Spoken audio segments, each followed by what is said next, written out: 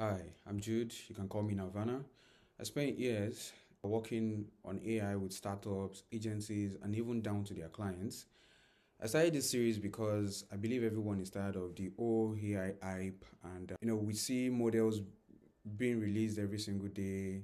There's this, Claude Q this, and every single thing, and you just want to get around, the part of what is and what to do, which for me is a reasonably selfish reason for growth, and that's why I started making videos like this as well.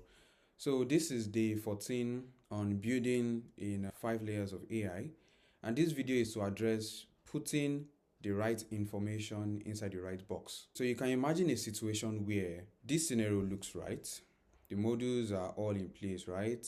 Everything connects, and in a situation where you just do, when you decide to hit run, you can see the error there.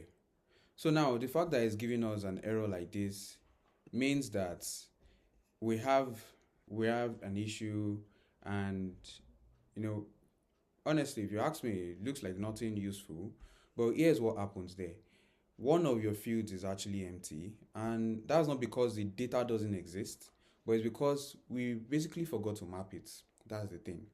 So you need to understand that in AI automation and in using platforms like make.com, Anything, Zapier, and several others, data mapping is one of the steps that breaks every beginner at least once, or usually more. And today I want us to fix it permanently. So what we're going to cover today is going to be on data mapping, what data mapping actually is, not just the theory. I'm going to explain the exact mechanism behind that. I'm also going to explain the bubble system. That's what, all these colored circles, what they mean and how to use them correctly. And I'm also going to, show you through a live build on screen. We're going to take from Google Forms, we're going to connect it to a Notion database. Every field, we're going to map it correctly, step by step. So basically, at the end of the day, we're going to address the 3 data mapping mistakes that breaks most beginners and how to avoid all of them. So what is data mapping? What does data mapping actually mean? So when a trigger fires, a form gets submitted basically, and probably, let me say, it can be a payment, or let me say someone just made a booking basically. So make.com collects every single thing that came with that event. It packages all of that into something we call a bundle. A bundle is just basically like a collection of fields from one module's execution. You can think of this like a box. Inside that box, there is name, email, budget, message, timestamp, everything that the trigger collected basically. And the next module can open that box and use every single field inside it. So I can say data mapping is the process of telling the next module, okay, use the email from this box and put it to this field. Without mapping, basically, the destination of a module is just empty, which is exactly why you saw this error. You saw this error where it's telling us the module has unsaved changes. Basically, it's because we've not mapped the things inside as well. That is why we are unable to save it. So to show more about this, let me just show you how this works in real time. So when you open any action module, this is a trigger module, right? When you open any action module and you click into any field, you can see colored bubbles start to appear. What I mean is, we can click on this, you can see this. So, well, these are the colored bubbles that I'm trying to say, right? Which tells you which module it came from. You know what I'm going to do this time around? Let's go to the last one here and click on this. Now you can see several, well, we have just 2 right in front. So yes, obviously we're going to have 2 bundles of bubbles basically. So you can see this is from the Google Forms, and whenever you hover on it, you can see it beeping over there. So whenever you hover on this as well, you can see it beeping over here as well. So that's just to show you where the data is coming from. And what you are going to do in this case is, wherever you are clicking on, you can add it to it. As simple as that. So you're able to add a particular bubble into this field. So when you see this, for example, this is a text field where, let me use that on Grok directly. So you can see we have something here. Let me just get it removed. We try, right? So this is a text field over here. We have to go down to where our value is. So we want to read this budget field, right? So we're going to go down here and we get to where the value is. We've done a lot of runs already. That's why we have a value here shown. But if we are just creating for the first time, it might still be blank. But you can just when you see value, you get to pick it. When it comes to Google Forms, I'm sure every time it brings up value. So that's where you get to map it into this field here. So when you just understand this simple thing, you get to see that there are various bubbles that you can just add into the next, probably coming from the trigger module, or can even be coming from other action modules. An example of what I'm saying here now is this is an action module, and we can still map something directly from it as well. So we are just mapping the word ready. Hi, that's the value of what we have here. So when you understand this, you see that an example now, let us make this work in real time. We have this. The only thing we have to map here is just as simple as looking for the recipient's email address, right? And we take this. We can choose this, or we can go directly to what the person provided us over here, and that is the value here. So we had this, we have all this in place already. We don't need to stress ourselves on all this anymore. So let's save. And the other one as well, we also save this. Where's the email? So yes, we have that saved as well. So you can see once we save it, let's just save the entire scenario and run once. Okay, so why the rest did not go through is because we not filled in any form. So let's run from our past runs. Let's pick this, and you can see this one is going through. The first one went through, the second as well, and it shows, okay, so it stopped there. There should actually be a reason why it stopped. It has this I. So it's probably from our filter where we've included something that is not working for it. So by the way, what I just showed you is because we have it finally mapped into the correct places. Now, do you know what I'm going to do? You can see exactly where the data is coming through every single time, and you can confirm the right field every single time. The various modes that we have. I have our resources over here, so we can use this while we're making this video. So you can see that the mapping panel, that's what we're looking at there. When we click into any text field inside the action module, a panel opens up. Yeah, that's basically everything that we've addressed here. This is an action module. You can see something open up from the Google form, which is the trigger module here. So this is just explaining everything. Now going to this particular part, we have two modes under the mapping panel. There is the mapped mode and there's the fixed mode as well. So what I mean here is that we can see, let's use this for example. This can take in any text field, basically. It can take in this from any place as well. It can take in this. We can, map anything inside, no problem. It's all good. And the best part of this is we can also write in text. So I can decide, okay, you know what? I want to be sending the details of everybody to a particular, probably I have an assistant, right? So I will send this to, let me say James, right? Okay, sorry, I need to just write here, James at gmail.com or something.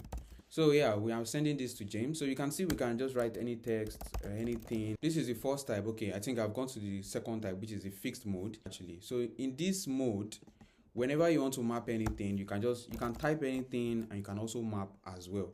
So the other mode is having it to be a mapped mode. That is where you see a toggle like this, something like this. In this case, you can map anything directly. Both actually does the same thing, but this one makes it possible for you to just see that you are directly mapping from a previous module, probably an action module or a trigger module. That's just the difference. It's nothing big, nothing much. Now, the next thing I'm going to show you now is a run once rule.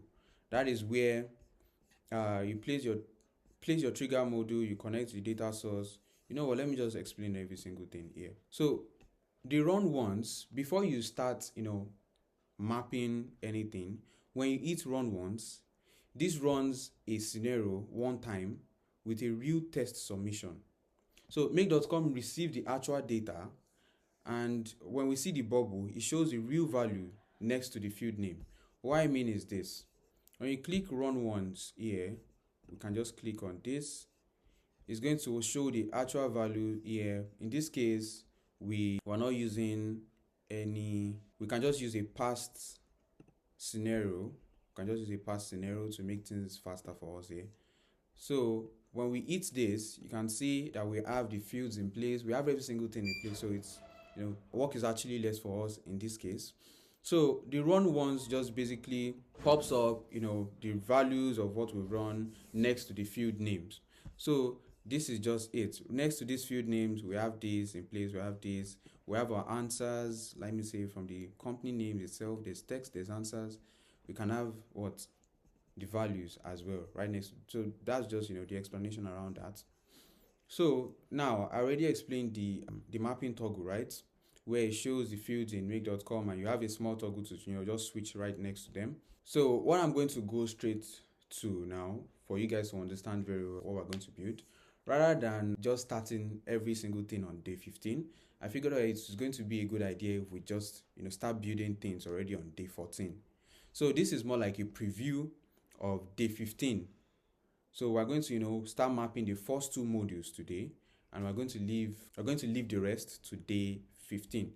So the first thing we're going to do, and I want to get every single thing I have here off. We're starting from a blank page, and if you want to follow this, I want you to just go here step by step. We can follow every single thing here together. It makes things faster, actually. It makes things faster. So I've provided every single detail you need here, which you can use to build alongside this video. So the full step-by-step build, we are just connecting two modules at first, Google Forms and the Notion CRM. So the first step is to create a Google form. If you don't have a Google form already, you can see this is how to create a Google form. I can create one from scratch so you get to see what we're going to work on. And I'm going to use this. So when you see this, do just fill in whatever field you see here. So we have our name, WhatsApp number, monthly budget. Okay, so let's just start from here. So we have a blank form. Let's see, still loading. Okay, all right. So we have, let's see, lead intake form. And we start with a name or your name. We have a short answer.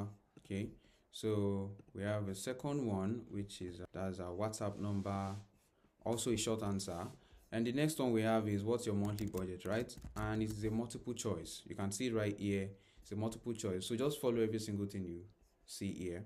It's a multiple choice. Let's change this to multiple choice. And we have this, and the multiple choice as this is a budget. So you can basically have what you have here, under 500. The next one is that's 500 to 2000. I made every single thing available here, so whatever you're building is fast, and you're able to keep up the speed with what I'm working on, maybe even faster, because I'm pretty sure a lot of you will be faster. So let's have this. So we have the budget, right? And the next one is, that's the fourth one, tell us about your business. So this is just like a short, this is just an explanation about your business. So let's use a paragraph in case the person has something very detailed to talk about. So we have this. Now we've set up our form. This should not take you more than 5 minutes or so. And we publish this. Let's have this lead intake form. Yeah, so we have this in place. Then you publish it. It's as simple as this. And you have your first form live. And you can send this to anyone. You can send it to yourself. You can send it to your friend if you are building this alongside your friend, basically. So now that we've had that, we need to get... You know how we got here in the first place, right? But for those that don't know, let's just go to our scenario. So I have my make.com account. Here's my own make.com account. Yours might just be 1,000 credits, but that's okay. It's going to work for every single build that we're going to make here. So you shouldn't be concerned about that. You can click on create scenario directly, and you get sent to a new blank page like this. So in this plus button, the first thing we are adding based on what we have here is our Google Forms, right? So we're going to have Google Forms, and just type in Google Forms, and you click on this, and we want to watch response. We want to watch response directly. So triggers when a response is received. You need to ensure what you picked is watch response, because there are several module types there. So you need to ensure this is the type you picked up. And we want to make a connection. We have a connection already actually. Let's see if we can still search. So that's let's see. Let's do this instead. Reload, see if it works. Then we search for lead. I've made my connection actually. For anyone who wants to make their connection, just click on add and sign in with Google directly. You can give it a name. Let me see my lead intake connection. Okay, let's just ignore that. And you sign in with Google. It's going to show you several steps where you're going to just keep signing in till you are done. And I have my own here already, so I can just directly come back here and I click on lead. The document title is what we're looking for, and what I have as the word lead, it contains the word lead, so I can just type in lead and it's going to search for that for me. And yes, we have that in place now. So lead intake form, you know what, let's make it leads intake form, so we're sure of what we have here. Okay, so one thing I just remembered is that I'm going to have to make a connection here. This is my second account, so let's make this leads intake form. This is actually my second account. I just remembered I just signed into this for the case of the tutorial, basically, because of the video, basically. So I'm going to sign in and I'm going to continue my sign in. And this is basically the step everyone else is going to take. And should have a last step, create and edit. We are done now. And that's it. It's as simple as that. Let's see if I have it signed in. Yes, I have it signed in here. So now I can once again go back and say, let me search for leads intake, leads instead. I have this and it's going to, yes, I'm signed in. So the thing about this one, just to explain briefly what you need to understand about this is, this limit here is the limit of the amount of people's submission it can process at the same time. So what I mean is that you can imagine if this you are sending this to a particular group of people, let me say about 1,000 people, and on an average in like 5 minutes we have about 10 people fill in the form at the same time. So we want to ensure that the limit we have can contain those 10 at the same time. So that is what we set it to. So this limit is just basically the maximum number of results you can get in. One thing I tell everyone when it comes to building here is you can see a lot of things. Make.com makes things easy because they already explain a lot of things right here. So when you read this, the maximum number of results to be worked with during one execution cycle. So if what we want is just 2 people, I can assume I have a group of people and we are about 200, and I figure out that those 200 cannot sign in at the same time or cannot fill in this form at the same time. Probably I just have it as 2 as the limit.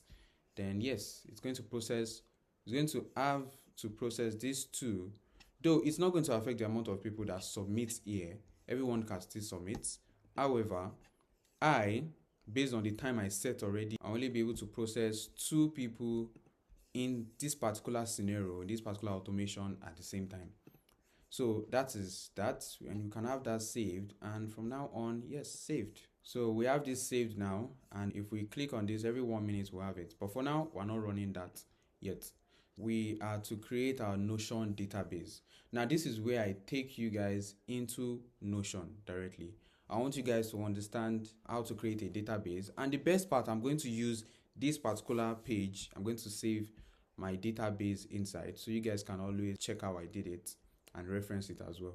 So what I'm going to do is I'm going to click on this. Right under this, I'm going to create a database. You can just type in database. I'm going to create a full page, so I'm creating a new page inside, and in this database I'm going to call it, I need to duplicate this. I'm duplicating it so I can go back here and always reference what we have here. So we use it to create it as well. So we have a new page, select table, full database. That's what I literally did just now. And we call it a lead tracker, right? So we have our lead tracker here. And on default, or by default rather, we have our database. This is how our database looks like. It's going to give us by default this name, and it's going to tell us to add more properties. And what we have here by default, once again, is this name already exists by default. Yeah, thank God it said that. So the next one is the email. We have this is by default a title. The next one we need is an email. When you click on plus, it's going to show you several options, and you can pick on the email here. So we have our email, and the next one we have our WhatsApp number, and the property you are going to choose this time around is phone, and you can rename it as WhatsApp number. We have that saved as well, and we have this as budget. Okay, I almost went overboard just now. And this budget needs a Notion property, which is select. Now, for those that don't have Notion to even start from here in the first place, just create a Notion account. It's free. Everything is free to use. Every single thing I'm making in this series are free for you to work on. So I try to ensure that I'm using free tools, and despite that fact, everything is still tools that I even use every single day. You can call me cheap, but I believe that this is actually enough for anyone to run a business, to be honest. So you can just go to notion.com. I think they have a .com now rather than .so. Yep. So you can just, get Notion free and you're signed in. To continue on what we're working on, I think we had the next one, which is budget, right? Budget, and we want to use a select. So you can rename it as well, budget, right? So the next one, it says we should add options. Now this is where things get, interesting. We need to add several options. These same options that we added here, we have under 500, 500 to 2,000, 2,000 to 5,000, and 5,000 plus as well. Since you already picked a select, you can create options by just clicking on this. So I have my 500 to this. I can click on this again and just bring in what is said here and paste it here. It's going to give you a different color, and you can see it's added it under. I can also just go here and use this instead, but I would prefer to just use this. So yes, and the last one, all right, so we have that as well. So you can see we have our select, we have the 4 here already. Let's cancel this out for now. So the next thing it tells us to do is a message, and we are choosing the Notion type text. So we're going to choose a message here, Notion type text. Where the hell is text? We have text here. We actually had it all along. My bad. All right, so the next one is a status. That's a select as well. That's this basically saying the status of whoever is filling these details, right? So as a status, right? Status. So now we have to also create many options for this. So the status of whoever is filling in this lead. This, what I'm trying to create here to explain it basically, is a database, and it's like our CRM. This is where we get to see the details of our customers or whoever fills in this form, and we're able to manage each customer details. Notion, I use Notion as my CRM. Same thing as others use Airtable, ClickUp, and several other platforms. This is actually my CRM. This is what I use. You can see I use adding this inside my personal things. I am managing even my own personal business here as well. So you can imagine that Notion is actually able to do, big things. It's not just a note-taking app. It does actually more than that. So I use this for my CRM, for even that of my clients. I've recommended Notion for numerous clients also. And these are agencies and even startups, though most of them are already familiar with Notion already. But most of these agencies, I recommend Notion to them. And I help them build their database, their whole CRM here as well. So this is basically what I'm going to offer you guys too. So just check on Notion, and from there you build, or as well add a link. So you just, go directly from there. Let me see, what's the next thing where I want to add? There's new lead, there's contacted, qualified, and closed. There's new lead, contacted, qualified, and closed. So we have this in place already, and we can also cancel this out. So just make everything blank. And the next thing, dates added. The thing about this is you can just, pick from existing templates as well. There should be a date. All right, so we have that. As simple as that. We didn't need much stress, right?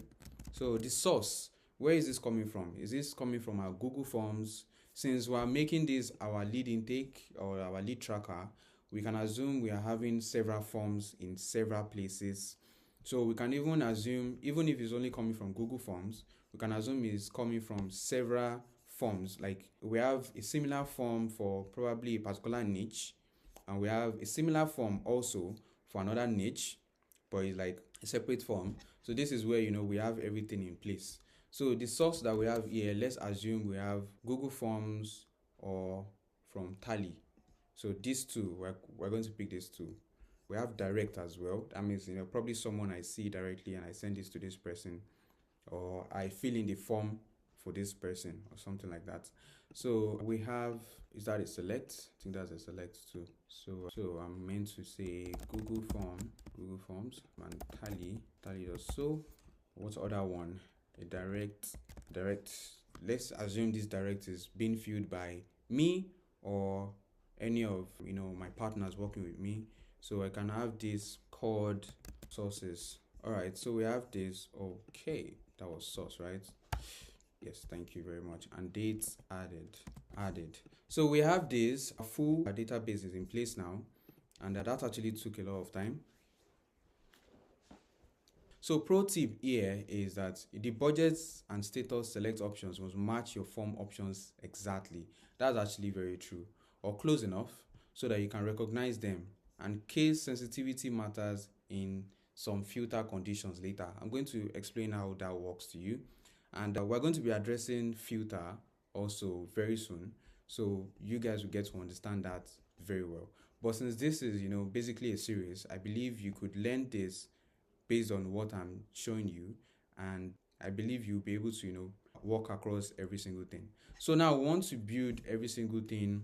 We have this in place now. We want to build every single thing on make.com, and before that, let me see. So now we want to build on make.com, and we've already made our Google Forms connect to it. Now we need our Notion as well. So the steps basically that you're meant to do on make.com is what I've included here. I've done this already. Go to make.com, click on scenario, create a new scenario, Google Forms trigger, which is what I have here now.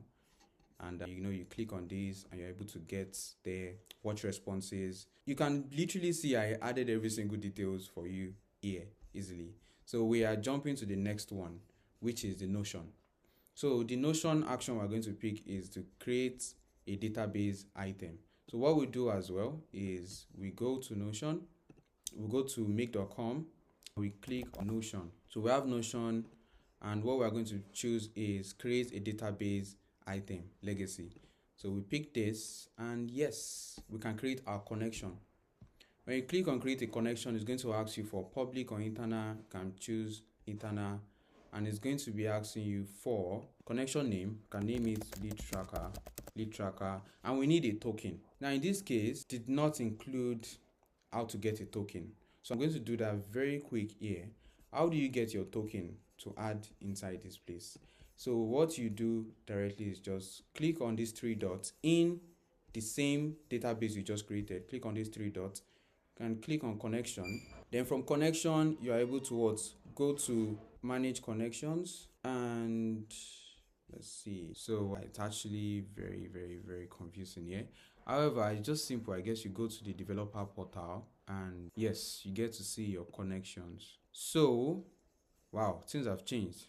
When last did I enter Notion? All right. So we use the connection here, and you click on create a new connection. So we have this. We need an access token, right? And we need it to be installed in here. All right. So connection name, lead tracker, and we need an access token, and we create a connection. So this is how to create your connection. You just go there. You can click on the three buttons once again. Like I said, click on three buttons. And when you click on it, you can just directly come to developer portal here. That's what I should have done actually. So we read everything, just leave everything in place. Everything is okay. What you are meant to do is to just connect that particular page. This page that we have here, you need to connect it here. So what you do is you edit access and you search for the page name. Okay, we have a lot of leads, but this should be the one. Yes, from day 14, right? So you can see I have a lot of databases here for myself, and yes, we have that in place already. Yes, lead tracker. So you can click on this button and you've connected it already. Simple. You have one connected now. Now you can go back and access your token here. This is your token. You can decide to view it if you are curious. Sure. And yeah, simple as this. Then you copy this and come back to make.com and click enter. Then you have that saved. So as simple as that, we've connected, no, cancel, thank you. We've connected this to make.com. So you can what? Select from the list or enter manually. Now these are two ways to connect your database. While we've made the connection just ensures that we are connected to this particular place, but we're not connected to this database itself. We are connected to the wrapper, to what made it possible to have the connection here itself. So what I mean is that we are connected to, you can assume we're connected to this key, to the developer parts, but we're not connected to this database, all these things here itself. The fields, we're not connected to it. So what we need to do now is you select from the list or enter manually. If you want to enter manually, all you need to do is just go to that page and copy everything here. Copy everything here. You copy it and you paste it here. Once you paste it and click enter, you'll be able to use every single thing. Now, if you select from list, all you need to do is actually to search. Now, I use this because it's faster for me. I actually believe it's faster than having to go there directly. And I click on leads, right? Did I use lead tracker or leads? Lead. Yes. So let's use this. And it's going to just connect it by itself. So you can see that we have all the connection and everything rolled in. We have everything connected itself. So this is as simple as it is. Just make your connection and select from list, click on search, query the search, and it's going to connect everything for you directly. So when we look at all this, you need to hold on. It is not confusing. What I did here is I literally mapped out every single thing that you likely see that happens. Now, what I'm going to do here is very simple. What you have here is just a written explanation of what is connecting to what. So I'm going to show you. You can even, just look at it like this, but you don't need to be concerned about. If you are watching this video, especially, you can just follow what I do on the video. But this is just to ensure that you see what you are doing. You know what you are doing. You know how it works. Please. So I'm going to show you every single thing here. So what is going to happen is you have to click on this. You need to make this connection. Let's go out a bit. Let's give it space.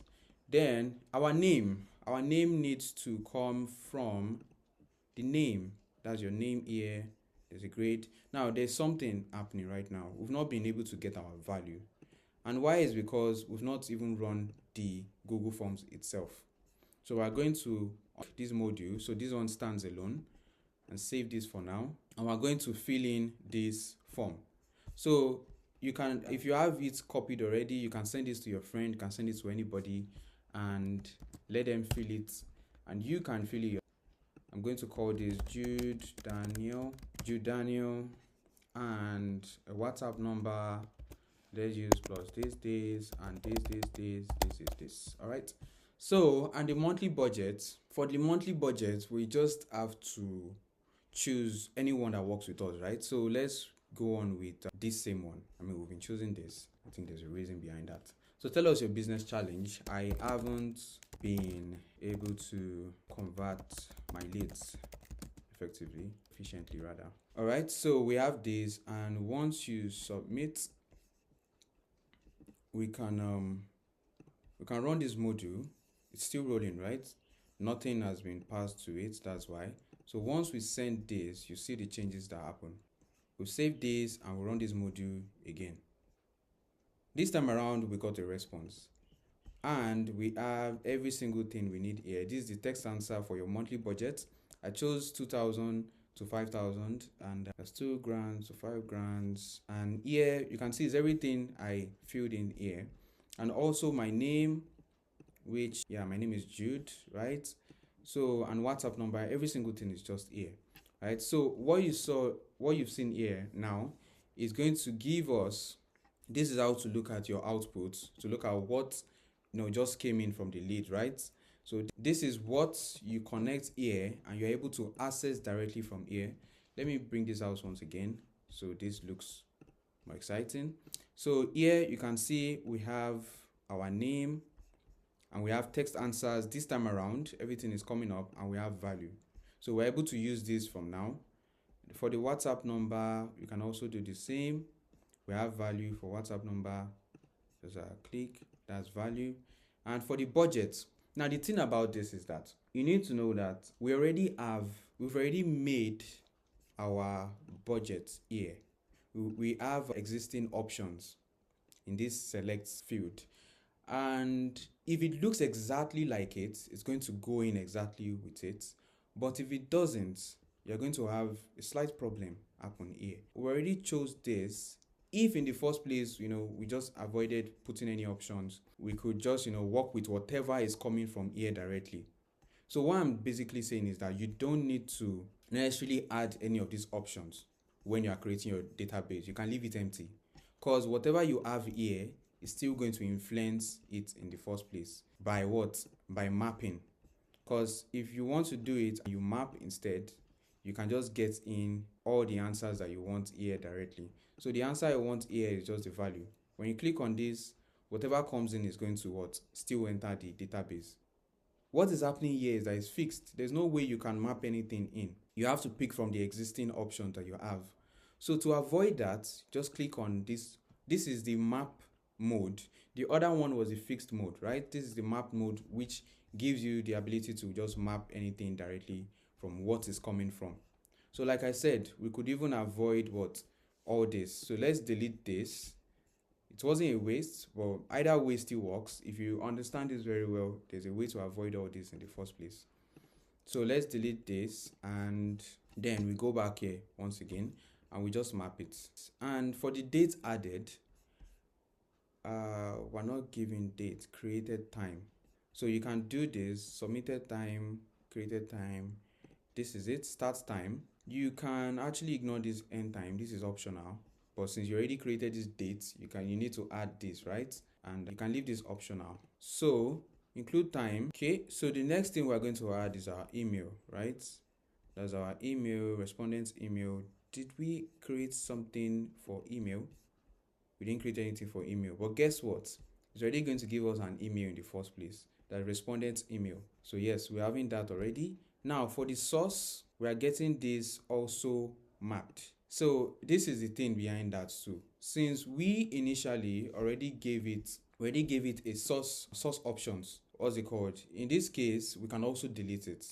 Why? Is because we still get our source options directly from here, Google Forms. So if I click on, okay, actually we can't get it directly here because this is going to take the whole bundle. If you click on this, it's going to take every single thing here and add it here. So what needs to happen is we leave all this for now. We're not filling all this in. We're not filling this in. And yes, for the message, you can fill in, tell us more about your business. I think we need to make some changes here. So let's do answer, then value. So for the status as well, since this person is just joining, right? We could also leave it as this. Just leave it empty for now, and you can still save it. Now, the idea behind this and what's happening is we can still make changes to all this. That's not the main concern. What we are building, we're still going to make a lot of things tomorrow on day 15. So I would assume we're going to work on all these things. But the main thing I'm trying to show you now is that we could have this form and fill it and have everything connected if they are mapped correctly. So let's run this before we go on with the remaining things we have. So you can run using existing plays you've had, but nothing has played the O at once. We only ran this module alone. So this time around, we record this again. We fill this in. Basically, we're recording details. So we have this Jude, Daniel, and we can have this in 234. That's for Nigeria. And okay, let's say we have this. And we have this, I need leads. Just an example, basically. So we fill this in and run the whole scenario. Now, once you run this, okay, so we have an issue now. We have an issue come out. The operation failed with an error. Let's see this again. So it couldn't run this runtime Notion explain error. Notion make.com is getting better. So use this in the budget field, match the form answer to one Notion select option. All right, so what happened here actually is simple. We already have this, and I removed the budget already, and it's telling us that we are wrong, but we are not wrong. The main thing we just need to do is to refresh. Let's refresh this database. All right, so let's see what happens this time around. Why this issue came up is because of this, the initial thing that we did here, over here. But this time around I've refreshed, so let's see what happens this time. And if it doesn't, we'll see if it can recommend anything else to do. So let's see, let's run once again. So it still says the same thing. So it seems I am wrong somewhere as well. And invalid select option, commas not allowed. Okay, I understand now. So here's the issue that we have. The issue we have is because we are taking this as a select, right? This is a select, and we are meant to have options there, right? So the way to make this work differently is basically to create one. Let's see. What I initially gave was a way you can just use. We need to turn this into a text field itself. So, but this time around, you see it's empty. We need to create this as a text field if we want this one to work directly. So that saved us a lot of stress. But this time around, let's have every single thing. Let's see if we can bring every single thing back by going back to our undo. We don't have an history here. We should have a version history. Okay, so we have a version history where we did this. We already set all this up, right? Yes, so let's restore back to this. Also restore databases in this page. Okay, so back here we have this again. So let's try to run these ones again. So let's see what comes out from this with the value. If this doesn't work, we just switch on to text format. So we get to avoid this, and we'll address all these things tomorrow. And yes, we have this. Let's run this again. Run once. This pops in once again, commas not allowed. This is the main reason why we are having issues. We are using a select though, and we are mapping it though as well, but because we are using commas. So let's use a very short method to make this work. Let's use this. We have this and saved. So you see this would work this time around. All right, work. We have everything working now. So what happened here is that I just had to walk around this to use the easiest part. We get to explain more about every single detail, how to walk around all this field and the rest tomorrow. But for today, you just have to see that the fact that this worked in the first place means we've made our first connection right from Google Forms to Notion database. Now, if we go look at our database, you see that we have this input already. So you can see that this actually worked. So we have the date added, every single thing, this particular lead, every single thing went through. So this is our first connection on make.com. And I hope you were able to learn a couple of things here. I hope you understand every single connection we made here. If you don't, you can just drop a question in probably the comment section. Anywhere you find this, just drop a question. I'm going to look at it. I'm going to have a look at it. And I believe the next thing we just have to check is, okay, these are database, and we check here. So text concatenation, the variables for plus fixed text together. This is an example where I say, in this case, what it's just basically saying is what I've addressed before, which is something like this. We've mapped this, right? You know, let's assume that there's a case where you need to just add, since we have this from Google Forms, I could just say, let me map this. This is mapped, right? From source, respondent email, response ID. So this is the source, right? I can just say this is the source, and I'm going to add, you know what, this is basically saying this is the source. I create the response ID, and I say this is Google Forms. So with this in place, this is text concatenation. This is basically text concatenation. Nothing. And I gave an example here, or examples rather, where we use contains a mixed type of text and variables basically. So this is an example. This is one, this is one, this is the example. Now name and mapped together. So when you use this in any platform that we're going to work with tomorrow, probably we're using Telegram tomorrow, or we're using Gmail, whichever method that we're using to pass, to the next action module, we're going to understand how we get to manipulate all this very well. And especially in the email part, because I've used this many times to be able to reference someone's email that they've, added. I'm able to, tell them something like, I, Jude, but that Jude, I'm directly mapping it from the details they've left behind. So this is one of the ways that people get to use to run automations and be able to send messages to numerous people at once in their business. So the 3 mistakes now that I'm going to address that breaks data mapping generally. This is what every beginner actually eats every time. This is why I believe that every single person might face something similar to this. So the first one is the empty required field, which is what we did initially, where we needed to put in information like this. Let me say this is empty, and we try to save. Let me see. So an example of what I'm saying here is this. For the name, for example, this name is actually required. So if this is empty, if this is found empty, it's going to show you this value must not be empty. Why? Because from the database itself, remember, this is even by default. Now, whatever we're trying to build here, we need to have a name. We need to have something to support it, right? So if it's probably use the name of a person, or the name of a company, or the name of a business, whichever one, this is required. This is an example of the first one, empty required fields. So it's going to give you that asterisk sign, which is what I included here. So you have this, database must not be empty. If it's empty, nothing will be able to save through. You can see, if it's empty, we cannot even do anything. Can't do anything. So let's map this back. We can't do anything. So the rest, you can still leave all this because there's no asterisk sign, so it's not required for you to necessarily have this added. Our budget, we actually need a budget, right? So we're going to map this back and going to have this in place. All right. So as for this, anything with asterisks, you need to ensure you have that in place. Then the next thing is type mismatch.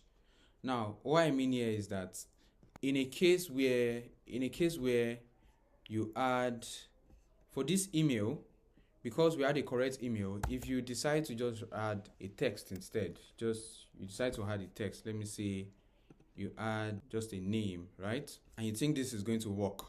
See what happens. Let's use existing runs once again. You see what happens here. We have an error. Now, why do we have this error?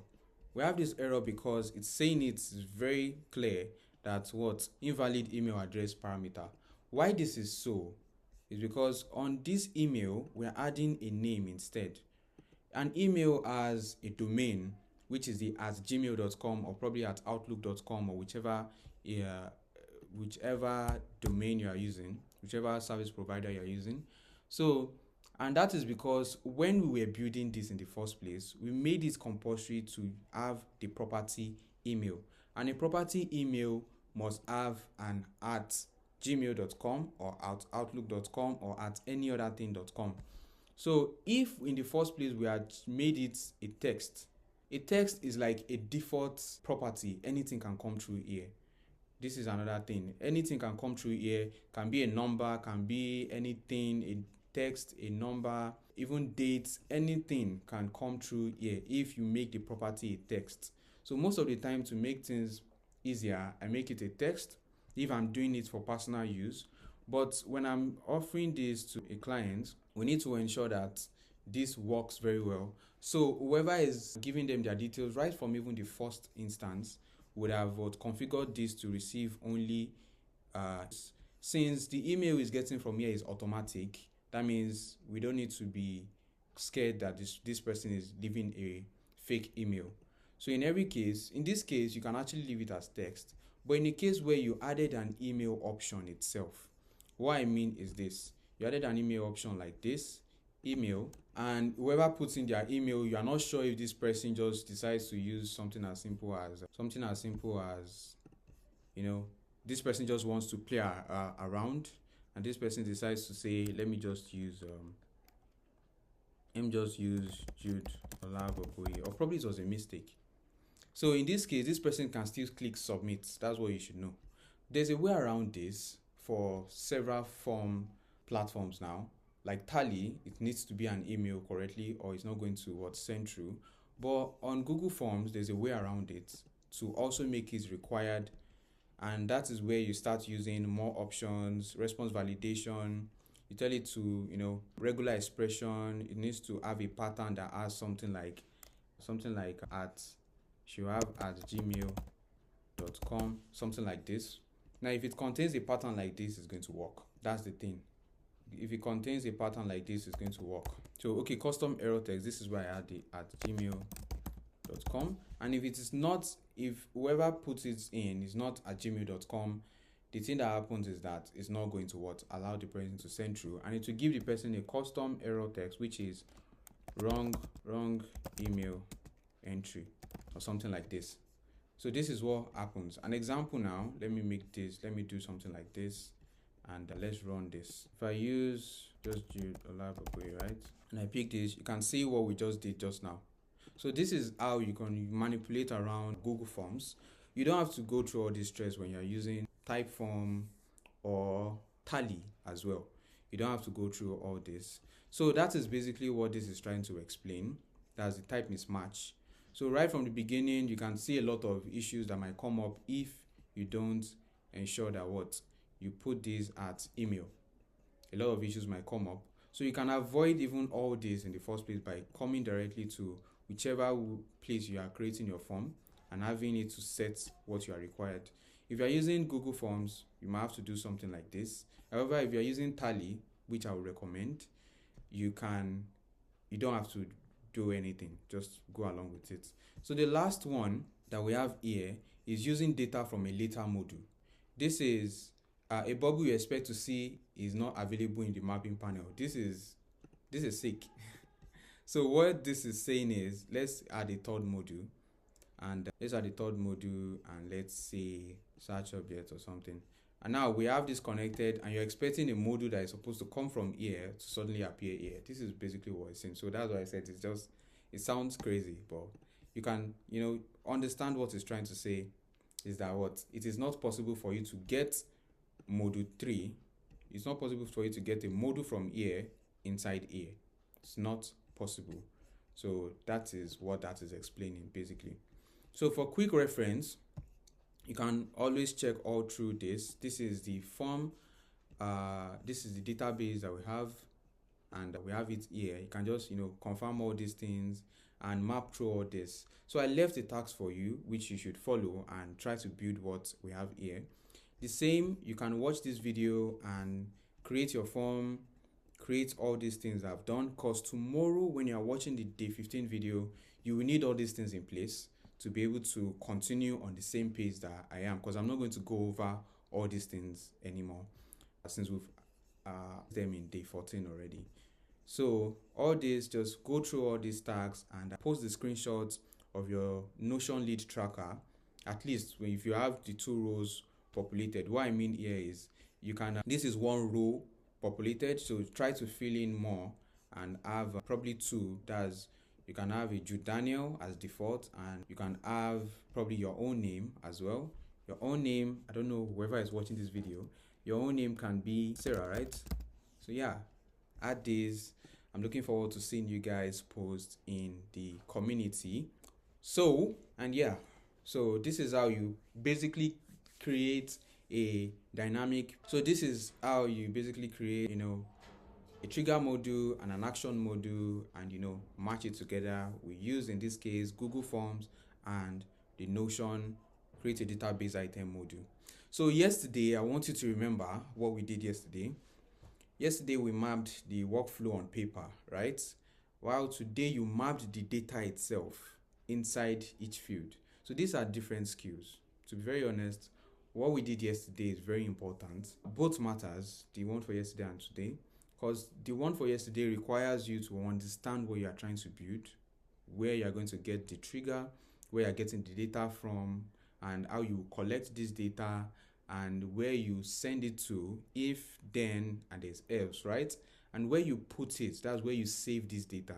So you can use it for other automations or other scenarios. If you find this helpful and you want to build yours, please check this resource guide, and I'm going to add this in the description so you can follow it and you build yours. If you met this video by chance, this is a part of the series where every day for the next 60 days, I explain the whole 5 layers of AI so you stay up to date right from the release of AI to the public in 2022. And I believe that you are still early, so just follow along and stop chasing all this hype you see online. If you are able to build across this, I can guarantee anyone can build their skills in AI generally.